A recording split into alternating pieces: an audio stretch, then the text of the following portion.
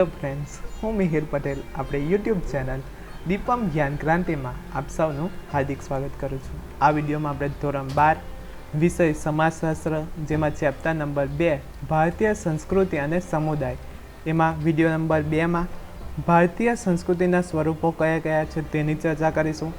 તેમજ એમાં જે સ્વરૂપ છે એમાં પ્રશિષ્ટ એટલે કે ભદ્રવર્ગીય અથવા તો માર્ગીય પરંપરા અને લોક સાંસ્કૃતિક અને અથવા તો દેશી પરંપરા અંગેની વિસ્તૃત ચર્ચા કરીશું। તો જે ભારતીય સંસ્કૃતિના સ્વરૂપો છે તો આ તમને 2 માર્કમાં પૂછાઈ શકે છે કે ભારતીય સંસ્કૃતિના સ્વરૂપો કેટલા છે। તો ભારતીય સંસ્કૃતિના મુખ્યત્વે 3 સ્વરૂપો છે, જેમાં પ્રશિષ્ટ એટલે કે ભદ્રવર્ગીય અથવા તો માર્ગીય પરંપરા જોવા મળે છે, બીજું છે લોક સંસ્કૃતિ અથવા તો દેશી પરંપરા અને ત્રીજું છે આદિવાસી સંસ્કૃતિ। તો ભારતીય સંસ્કૃતિના મુખ્યત્વે 3 સ્વરૂપો છે, પ્રશિષ્ટ એટલે કે ભદ્રવર્ગીય અથવા તો માર્ગીય પરંપરા જોવા મળે છે, ત્યારબાદ છે લોક સંસ્કૃતિ અથવા તો દેશી પરંપરા જોવા મળે છે અને આદિવાસી સંસ્કૃતિ જોવા મળે છે। હવે તેની વિસ્તૃત ચર્ચા કરીએ તો પ્રથમ છે પ્રશિષ્ટ અથવા તો ભદ્રવર્ગીય અથવા માર્ગીય પરંપરા, એટલે કે પ્રશિષ્ટ ભદ્રવર્ગીય જે છે પરંપરા એને બીજું નામ છે માર્ગીય પરંપરા તરીકે પણ ઓળખવામાં આવે છે। તો ભારતીય સંસ્કૃતિની પ્રશિષ્ટ પરંપરામાં વિવિધ વિદ્યા શાખાઓ, ભાષાઓ અને કલાઓનો સમાવેશ થાય છે। તો જે ભારતીય સંસ્કૃતિ છે પ્રશિષ્ટ અથવા તો ભદ્રવર્ગીય અથવા માર્ગીય પરંપરામાં શાનો સમાવેશ થાય છે? તો વિવિધ વિદ્યા શાખાઓ, ભાષાઓ અને કલાઓનો સમાવેશ થાય છે। તો તે જોઈએ તો ધર્મશાસ્ત્ર એટલે કે ધર્મ સંબંધી જે વિદ્યા શાખા છે તો તેનો સમાવેશ થાય છે, નીતિશાસ્ત્ર જેને આચાર સંહિતા તરીકે ઓળખવામાં આવે છે, ત્યારબાદ છે જ્યોતિષશાસ્ત્ર। તો જ્યોતિષશાસ્ત્રમાં અવકાશ વિજ્ઞાન, ખગોળશાસ્ત્ર અને જ્યોતિષ શાસ્ત્રનો સમાવેશ થાય છે, ત્યારબાદ દર્શનશાસ્ત્ર, સંગીતશાસ્ત્ર, નાટ્યશાસ્ત્ર એટલે કે નાટ્ય વિદ્યા, ત્યારબાદ છે વ્યાકરણશાસ્ત્ર એટલે કે વ્યાકરણ, આયુર્વેદ એટલે કે ઔષધ વિજ્ઞાન અને વાસ્તુ અને શિલ્પનો સમાવેશ થાય છે। તો આ તમામ જે વિદ્યા શાખાઓનો સમાવેશ શામાં થાય છે? તો પ્રશિષ્ટ એટલે કે ભદ્રવર્ગીય અથવા તો માર્ગીય પરંપરામાં સમાવેશ થાય છે। શાનો સમાવેશ થાય છે? આ તમને 2 માર્કમાં પૂછાઈ શકે કે પ્રશિષ્ટ ભદ્રવર્ગીય અથવા તો માર્ગીય પરંપરામાં શાનો સમાવેશ થાય છે? તો ધર્મશાસ્ત્ર એટલે કે ધર્મ સંબંધિત વિદ્યા શાખાનો સમાવેશ થાય છે, નીતિશાસ્ત્ર, જ્યોતિષશાસ્ત્ર જેમાં જ્યોતિષશાસ્ત્રમાં 3 અવકાશ વિજ્ઞાન, ખગોળશાસ્ત્ર અને જ્યોતિષશાસ્ત્રનો સમાવેશ થાય છે, દર્શનશાસ્ત્ર, સંગીતશાસ્ત્ર, નાટ્યશાસ્ત્ર, વ્યાકરણશાસ્ત્ર, આયુર્વેદ અને વાસ્તુ અને શિલ્પકલાનો સમાવેશ પ્રશિષ્ટ એટલે કે ભદ્રવર્ગીય અથવા તો માર્ગીય પરંપરામાં તેનો સમાવેશ થાય છે। આ વિવિધ શાસ્ત્રોનો મૂળ સંસ્કૃત ભાષામાં રચાયેલા છે, જે આપણે જોયું નીતિશાસ્ત્ર છે, રાજ્યશાસ્ત્ર છે, તો એ તમામ જે શાસ્ત્રો છે એ કઈ ભાષામાં રચાયેલા હતા? તો સંસ્કૃત ભાષામાં રચાયેલા હતા। તેના કારણે આ પરંપરાને પ્રશિષ્ટ કહી શકાય। જુદા જુદા ગ્રંથોમાં ભારતીય સંસ્કૃતિના વિવિધ પાસાઓની શાસ્ત્રીય ચર્ચા કરવામાં આવી હતી અને તેનું સાતત્ય આજે પણ જોવા મળે છે, એટલે કે જે શાસ્ત્રો છે તો એ મૂળ સંસ્કૃત ભાષામાં લખાયા હતા, તેથી આ પરંપરાને વિશિષ્ટ કહી શકાય। જુદા જુદા ગ્રંથોમાં ભારતીય સંસ્કૃતિના વિવિધ પાસાઓની શાસ્ત્રીય ચર્ચા કરવામાં આવી છે, તેનું સાતત્ય આજે પણ જોવા મળે છે।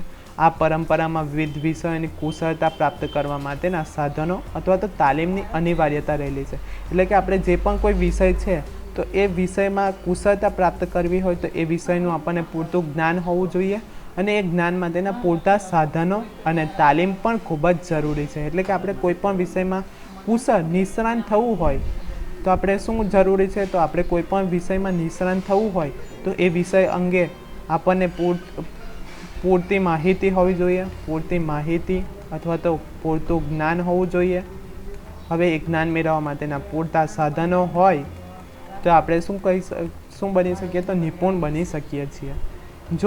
જો કે અહીં ઉલ્લેખ કરવામાં આવ્યો છે કે સંસ્કૃત ભાષા એ જનસામાન્યની ભાષા ન હોવાના કારણે ભદ્રવર્ગીય સુધી સીમિત રહી, એટલે કે જે ભારતીય સંસ્કૃતિમાં જે સંસ્કૃત ભાષા હતી તો એ સંસ્કૃત ભાષા જે ઋષિમુનિઓ હતા તો એમના પૂરતી સીમિત રહી, એટલે કે જનસામાન્ય સુધી એ ભાષા નો વિકાસ ન થયો હોવાના કારણે એ જે ભાષા હતી એ ભદ્ર વર્ગ સુધી જ સીમિત રહી. ઉપરાંત આ પરંપરામાં ભિન્ન ભિન્ન ધર્મો અને સંપ્રદાયના તત્વો ઉમેરાતા ગયા અને તે દ્વારા એક વિશિષ્ટ ભાતિકા સંસ્કૃતિ વિકસી. એટલે કે વિભિન્ન ધર્મો હતા. પ્રથમ હિન્દુ ધર્મ, ત્યારબાદ મુસ્લિમ, જૈન ધર્મ, બૌદ્ધ ધર્મ, આ અનેક ધર્મનો વિકાસ થતો ગયો અને અનેક સંપ્રદાયો આવ્યા. એના કારણે શું થયું તો ભારતીય સંસ્કૃતિ ભાતિકા સંસ્કૃતિ તરીકે તેનો વિકાસ થયો. ત્યારબાદ જોઈએ સ્વરૂપ તો લોક સંસ્કૃતિ અથવા તો દેશી પરંપરા. શું છે? લોક સંસ્કૃતિ અથવા તો દેશી પરંપરા. તો લોક સંસ્કૃતિ માનવ સમાજ જેટલી જૂની છે, એટલે કે જેટલો માનવ સમાજ જૂનો છે તેટલી જ આપણી જે લોક સંસ્કૃતિ છે તો એટલી જૂની જોવા મળે છે. લોક સંસ્કૃતિને આદિ માનવની મનોવૈજ્ઞાનિક અભિવ્યક્તિ તરીકે ઓળખવામાં આવે છે. શું છે? લોક સંસ્કૃતિને શાના તરીકે ઓળખવામાં આવે છે? તો લોક સંસ્કૃતિને આદિ માનવની મનોવૈજ્ઞાનિક અભિવ્યક્તિ, એટલે કે જો ખુશી વ્યક્ત કરતો હોય તો એ પ્રમાણે તે વર્તન કરશે. એટલે આપણે કહી શકીએ કે આદિ માનવની મનોવૈજ્ઞાનિક અભિવ્યક્તિ તરીકે તેને ઓળખવામાં આવે છે. લોક સંસ્કૃતિ એ લોક સમુદાયનું સહિયારું નિર્જીવ સર્જન છે. જનજીવન પોતાના રસ, રુચિ, સવલતો, સુવિધાઓ અને ભૌગોલિક પરિસ્થિતિઓ અનુસાર કેટલીક પ્રણાલિકાઓ આરંભે છે. તો કોઈ પણ લોક સંસ્કૃતિ છે, હવે લોક સંસ્કૃતિમાં શાનો સમાવેશ થાય તો પોતાની રસ, રુચિ, સવલતો, સુવિધાઓ અને ભૌગોલિક પરિસ્થિતિ અનુસાર એ જે લોક સંસ્કૃતિ છે તો એ પ્રણાલીનો પ્રારંભ થાય છે, જે આગળ જતાં રિવાજ અને રૂઢિ રૂપે લોકજીવનમાં મુખ્ય અંગ બની જાય છે. લોક સંસ્કૃતિ એ અત્યંત વિશાળ જીવન ક્ષેત્ર છે. લોકજીવન, લોકકલા અને કસબ એ લોક સંસ્કૃતિના અંગ છે. તો લોક સંસ્કૃતિના અંગો કેટલા છે? તો લોક સંસ્કૃતિના મુખ્યત્વે 3 અંગ છે. લોકજીવન, લોકકલા અને કસબનો સમાવેશ લોક સંસ્કૃતિના અંગમાં થાય છે. લોક સંસ્કૃતિનો સાચો પરિચય મેળવવા લોકજીવનનો અભ્યાસ જરૂરી છે. એટલે કે આપણે લોક સંસ્કૃતિ છે, લોકોની સંસ્કૃતિ કયા પ્રમાણેનું વર્તન કરે છે, તેની રસ રુચિ કઈ છે, સવલતો શું છે, જે સંગીત છે કે એ સંસ્કૃતિના સાહિત્ય કયા છે, તેમના પહેરવેશ શું છે, ઉત્સવો કયા છે, કયા ધર્મનું પાલન કરે છે, આ તમામ લોક સંસ્કૃતિનો જો સાચી માહિતી મેળવવી હોય તો લોકજીવનનો અભ્યાસ ખૂબ જ જરૂરી છે. હવે લોક સંસ્કૃતિનો અર્થ અથવા તો વ્યાખ્યા જોઈએ તો જોરાવરસિંહ જાદવના મતે લોક સંસ્કૃતિનો અર્થ આપવામાં આવ્યો છે તો લોક સંસ્કૃતિના સીમાડામાં સમાઈ જતી બોલીઓ, કંઠસ્થ સાહિત્ય, સંગીત કલા, ઉત્સવો, ધર્મ, વસ્ત્રાલંકારો, ખેતી, પશુપાલન, નૌકાયાન, હથિયારો, ઘર, ખોરદા, રાજ રચીલું, દેવ મંદિર, આચાર વિચાર, સંસ્કાર વગેરે લોક સંસ્કૃતિઓમાં સમાવેશ થાય છે. તો લોક સંસ્કૃતિમાં શાનો સમાવેશ થાય તો લોક સંસ્કૃતિના સીમાડામાં સમાઈ જતી કેટલીક બોલીઓનો સમાવેશ થાય છે. કંઠસ્થ સાહિત્ય એટલે કે કોઈક વ્યક્તિઓ દ્વારા બોલાયેલું સાહિત્ય, સંગીત કલા, ઉત્સવો, ધર્મ, વસ્ત્રાલંકારો એટલે કે પહેરવેશ, ખેતી, પશુપાલન, નૌકાયાન, હથિયારો, ઘર, ખોરદા, રાજ રચેલું એટલે કે જે સાધનો છે તે, દેવ મંદિર કયા દેવનું પૂજા કરે છે તે, આચાર વિચાર કેવા છે તે, સંસ્કાર વગેરેનો સમાવેશ લોક સંસ્કૃતિમાં થાય છે.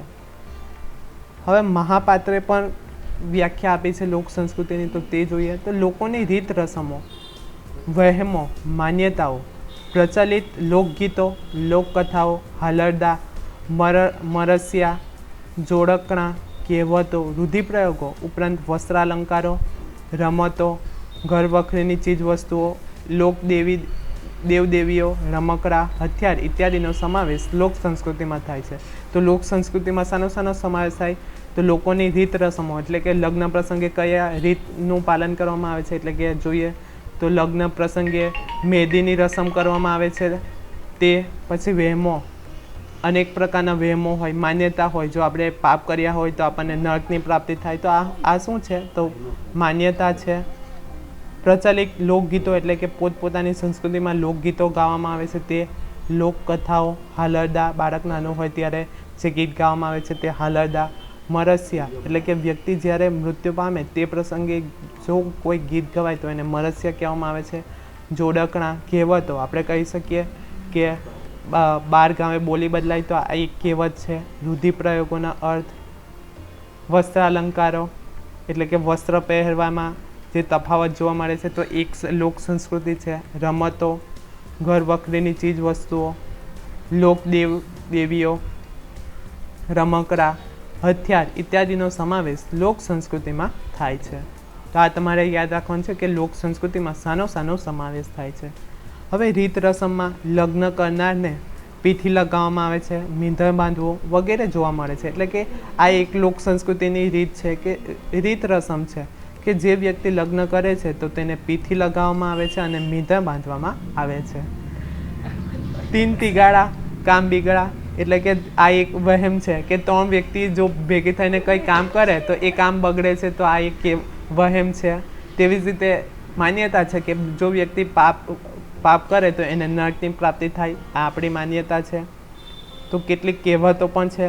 તો કંજુસાઈ કરીને પૈસા ગણ્યા કરે તે વ્યક્તિ બીજા જન્મમાં ભંફોડી એટલે કે એક સાપનો પ્રકાર છે તો એ બનવાની માન્યતા જોવા મળે છે. તો આ લોક સંસ્કૃતિના ઉદાહરણો છે.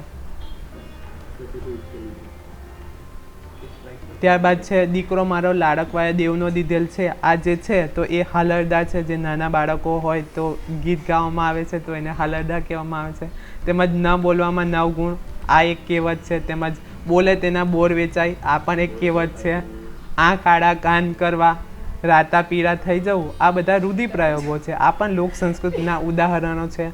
તો લોક સંસ્કૃતિના ઉદાહરણમાં હાલરડા જોવા મળે છે, કહેવતો જોવા મળે છે અને રૂઢિપ્રયોગોનો પણ સમાવેશ લોક સંસ્કૃતિમાં થાય છે. હવે હસુ યાજ્ઞિકના મતે જોઈએ તો લોક સંસ્કૃતિ એ લોકમાનસ અને સાહિત્યના પાયા છે. શું છે લોક સંસ્કૃતિ? એ લોકમાનસ અને સાહિત્યના પાયા છે, જેમાં સભ્યતાનો વિકાસ અને સંસ્કૃતિની ઉપલબ્ધિ બંનેની વિકાસ યાત્રા સાથે લોક સંસ્કૃતિ જોડાયેલી છે. શું છે?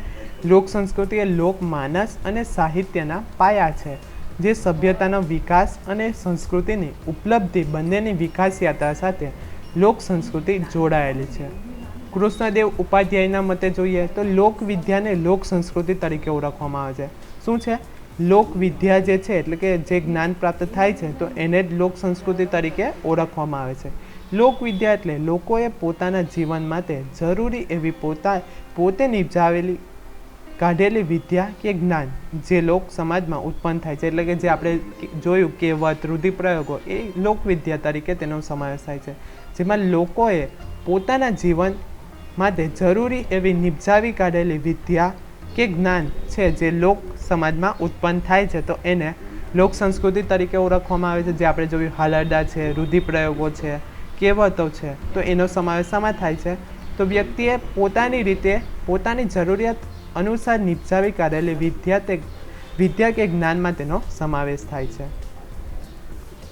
ભારતની બહુમતી પ્રજા સદીઓથી લોક સંસ્કૃતિ સાથે સંકળાયેલી છે. આ પરંપરા મૌખિક રહી હોવાથી પુસ્તકનો સીધો આધાર તેના વિકાસમાં જોવા મળતો નથી. એટલે કે જે ભારતીય સંસ્કૃતિ છે તો પહેલાંના સમયમાં મૌખિક રીતે જ્ઞાન આપવામાં આવતું હોવાથી તેને કોઈ પુસ્તકો જોવા મળતા નથી. તેથી આપણે કહી શકીએ કે ભારતીય સંસ્કૃતિ મૌખિક રહી હોવાથી પુસ્તકોનો સીધો આધાર તેના વિકાસમાં જોવા મળતો નથી. એક પેઢીમાંથી બીજી પેઢીમાં હસ્તાંતર દ્વારા તેનો સાતત્યપૂર્ણ વિકાસ થયો છે. એટલે કે એક પેઢીમાંથી બીજી પેઢીમાં તેમાં વિકાસ થયો જોવા મળે છે. ભૌગોલિક રીતે વિશાળ પ્રદેશ અને વિવિધ આબોહવા ધરાવતા ભારતમાં ભૌગોલિક વાતાવરણ મુજબ લોક સંસ્કૃતિ જોવા મળે છે. શું જોવા મળે છે? ભૌગોલિક રીતે વિશાળ પ્રદેશ અને વિવિધ આબોહવા ધરાવતા ભારતમાં ભૌગોલિક વાતાવરણ મુજબ લોક સંસ્કૃતિ જોવા મળે છે. એટલે કે અનેક રાજ્યમાં વિવિધ આબોહવા જોવા મળે છે. હવે આબોહવાના આધારે તેમાં જે સંસ્કૃતિ છે તો એમાં પણ તફાવત જોવા મળે છે. જે વિવિધ આબોહવાના કારણે જે રાજ્ય હોય છે તેમાં પહેરવેશમાં તફાવત જોવા મળે છે. તેવી જ રીતે ખોરાકમાં તફાવત જોવા મળે છે. આ શાના કારણે? તો ભૌગોલિક આબોહવાના કારણે સંસ્કૃતિમાં પહેરવેશમાં તફાવત જોવા મળે છે, ખોરાકમાં તફાવત જોવા મળે છે. મહદઅંશે કૃષિ અર્થવ્યવસ્થાવાળા દેશોમાં અને ગ્રામ્ય પરિવેશમાં લોકગીતો, નાટ્ય સ્વરૂપો અને ચિત્રકલા વિકસી છે. એટલે કે જે ભારતીય સંસ્કૃતિ છે, આપણે જાણીએ છીએ કે ભારત કેવો દેશ છે, તો કૃષિ પ્રધાન દેશ છે. તો એમાં ગ્રામ્ય પરિવેશમાં લોકગીતો, નાટ્ય સ્વરૂપો અને ચિત્રકલા વિકસી છે. એટલે કે જ્યારે ખેતરમાં પાક તૈયાર થઈ જાય ત્યારે લોક સંસ્કૃતિ અનુસાર તેમાં ગીત ગાવામાં આવે છે, નાટ્ય કરવામાં આવે છે અને ચિત્રકલા પણ વિકસી છે. આદિવાસી સંસ્કૃતિ અને લોક સંસ્કૃતિ આ સંદર્ભમાં ઘણું સામ્ય ધરાવે છે. વિભિન્ન પહેરવેશ, શૃંગારના ભિન્ન ભિન્ન સ્વરૂપો, રોજિંદા ભોજનનું વૈવિધ્ય, સાથે સાથે બાળગાવે બોલી બદલાય એ ઉક્તિ ભારતીય સંસ્કૃતિના વૈવિધ્ય રૂપે વ્યક્ત થયેલી છે. એટલે કે આપણે જોયું કે જે પહેરવેશમાં તફાવત જોવા મળે છે તો તે શાના કારણે, તો આબોહવાના કારણે. શૃંગારમાં વિભિન્ન સ્વરૂપો જોવા મળે છે. રોજિંદા ભોજનમાં, એટલે કે જ્યાં માછલી સરળતાથી પ્રાપ્ત થઈ જાય તો ત્યાં માછલી અને ચોખાનો ઉપયોગ કરવામાં આવે છે. સાથે સાથે બાર ગાવે બોલી બદલાય, એટલે કે સુરતમાં છોકરા છોકરીઓને પોયરા પોયરી કહેવામાં આવે છે, તો એ આપણે કહી શકીએ કે કહેવત છે, બાર ગાવે બોલી બદલાય. ગુજરાતમાં ગરબા અને ભવાઈ પ્રખ્યાત છે, જ્યારે પંજાબમાં ભાંગડા, મહારાષ્ટ્રમાં લાવણી, આસામમાં બિહુ વગેરે જે તે પ્રદેશની લોક સંસ્કૃતિના દર્શન થાય છે. તો ગુજરાતમાં શાના દર્શન થાય છે, તો ગરબા અને ભવાઈના, પંજાબમાં ભાંગડા, મહારાષ્ટ્રમાં લાવણી, આસામમાં બિહુ, એટલે કે અલગ અલગ પ્રદેશમાં અલગ અલગ લોક સંસ્કૃતિના દર્શન થાય છે. જો કે સામાજિક સંદર્ભમાં બદલાતા લોક સંસ્કૃતિનું સ્વરૂપ પણ બદલાતું જોવા મળે છે. આશા રાખું છું કે તમને આ વિડીયોમાં સમજ પડી ગઈ હશે, અને જો તમને આ વિડીયો પસંદ પડ્યો હોય તો લાઈક કરો, વધુમાં વધુ શેર કરો અને અમારી ચેનલને સબસ્ક્રાઈબ કરો. Thank you.